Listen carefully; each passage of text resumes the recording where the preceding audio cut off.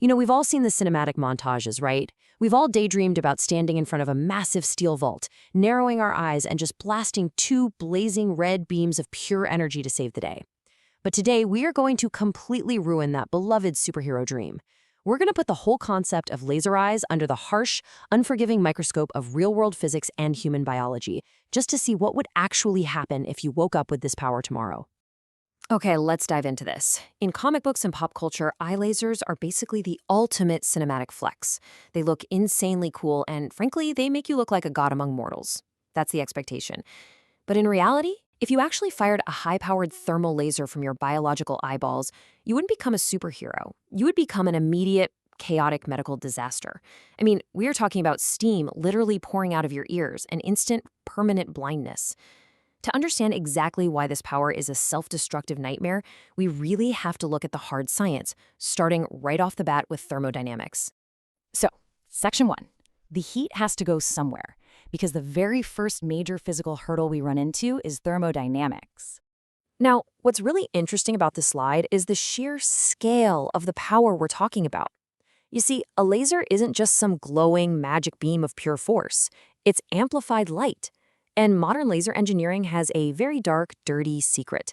Lasers are actually incredibly inefficient at converting energy into light. To melt steel, you aren't using a 5-milliwatt cat toy, right?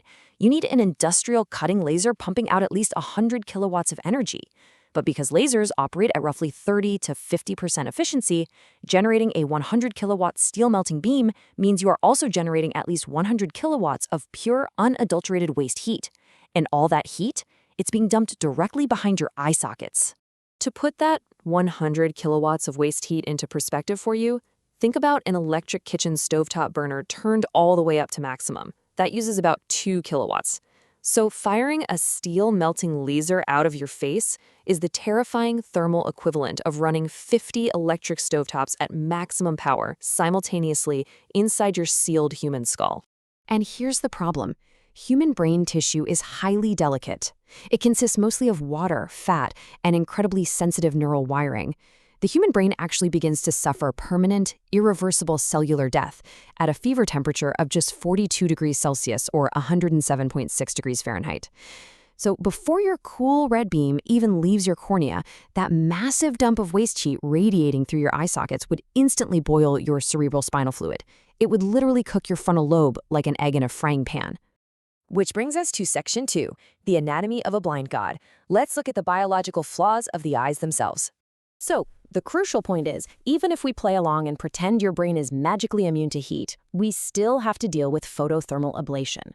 Over millions of years of evolution, the human eye was brilliantly engineered for one very specific purpose: receiving light inward, not blasting gigawatts of thermal energy outward. Your eyes are filled with this liquid gel called the vitreous humor. Now, it's transparent to visible light, sure, but it is definitely not indestructible. Reversing the flow of light and pushing weaponized laser energy through that living tissue would instantly flash boil the liquid gel into superheated steam. Your eyes wouldn't gracefully direct the light, they would explode outward like overpressurized grapes trapped in a microwave. And listen, even if your eye tissues were completely indestructible, you just cannot beat basic optics. No clear material is 100% anti-reflective. Roughly 4% of light will always reflect off the boundary between different mediums, like exactly where your cornea meets the air. Now 4% sounds tiny, I know, but 4% of a metal vaporizing laser bouncing backward into your own eye, that is more than enough energy to burn your retina to absolute charcoal in less than a nanosecond. You would fire one glorious beam and then be left in absolute darkness for the rest of your life. Let's move to Section 3 and see how this builds. Section 3, the world fights back. Because even if you somehow miraculously survive the internal destruction, external physics is out there waiting for you. Say you try to fire your laser eyes at a target in front of a mirror. Well, you just triggered an instant suicide trap. A simple, everyday bathroom mirror reflects 85 to 95% of visible light.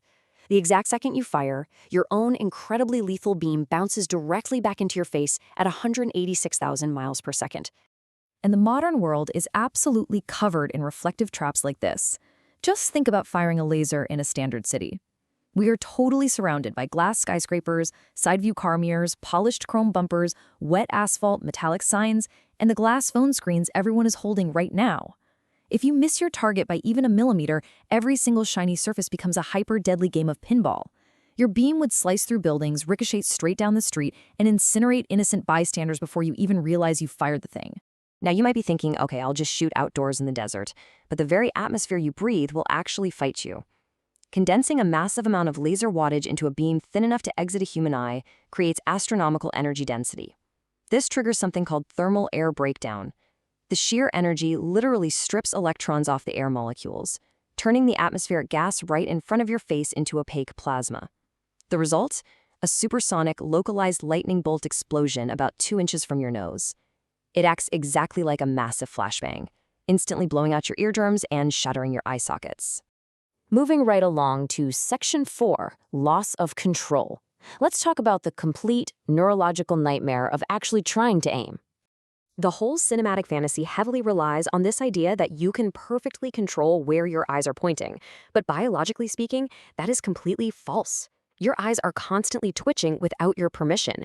These involuntary movements are called saccades, and they happen 3 to 5 times every single second just to prevent your vision from fading out, and it is biologically impossible to stop them. Because of saccades, your laser wouldn't just hit a neat single dot on a target. Instead, it would violently jitter all over the place, slicing erratic and wildly destructive zigzags through doors, walls, and electrical wiring. Which brings us to a really critical, honestly terrifying question that the comics rarely ever address. If your lasers are tied to your visual system or your brain activity, what exactly happens to you when you fall asleep? Well, the moment you enter REM, or rapid eye movement sleep, your eyes naturally dart around wildly under your eyelids as you dream. So if you dream of, say, playing fetch with a dog, your laser eyes are firing continuously.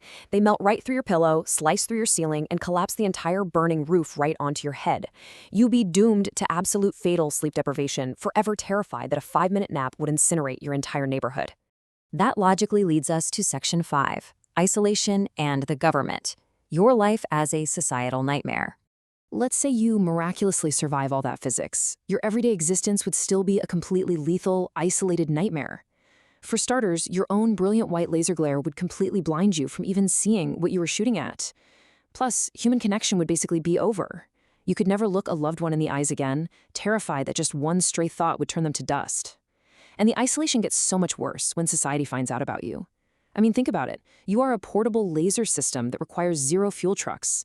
You can breach any military facility on Earth or shoot down a satellite at the speed of light. Every single intelligence agency on the planet would view you as a walking weapon of mass destruction. They wouldn't recruit you, they would hunt you down, force you into heavy lead-doped goggles, or just ensure you spend the rest of your life dissected on a table in some underground bunker somewhere. And this brilliantly illustrates Section 6, How Movies Cheat Physics. Because pop culture relies heavily on some serious hand-waving here. Writers know these physical laws exist, right? So they have to invent wildly impossible biological workarounds to make these powers seem remotely viable. Just take a look at how fiction cheats physics. Superman? He gets away with it because his entire body is magically indestructible. His brain just won't boil. Homelander completely ignores the massive ablative recoil and the blinding reflections of his heat vision. But my absolute favorite is Cyclops. The writers for the X-Men actually realized that thermodynamics completely ruined his lasers, so they literally invented a completely separate dimension made of pure kinetic force. Cyclops isn't shooting thermal lasers at all. His eyes are organic portals to a non-thermal punch dimension. Literally a punch dimension. Which brings us to our final part. Section 7, the cybernetic laser eye. The mad scientist reality of actually making this work. If biology completely fails us, what would it actually take to engineer a human body capable of surviving the act of shooting lasers out of their face? Well, to make this work, you have to execute some truly horrifying steps. First off, you got to replace your brain case with liquid cooling radiators just to dump the waste heat. Second, tear out the biological eyes entirely and install synthetic cybernetic optics. Third, build ceramic exhaust ports all around your face to deflect those plasma shockwaves we talked about. Fourth, install retractable automated blinders so you don't fry your own camera sensors. And finally, anchor a massive titanium reinforcement to your spine so the recoil doesn't instantly snap your neck. Congratulations, you are now a 600-pound mechanical monster that literally requires a trailing refrigeration truck just to walk down the street to get a coffee. So, as we wrap up this explainer, I think it's important to remember that human eyes are beautifully, perfectly evolved for exactly what they do. They are designed to capture the light of the world, to let us see sunsets, to see the faces of the people we love, not to destroy them. If you ever actually get the choice, lethal lasers to the industrial factory robots, and definitely pass on the laser eyes. Now, I want to hear from you. What superpower do you think is actually a secret nightmare in real life? Please like and subscribe.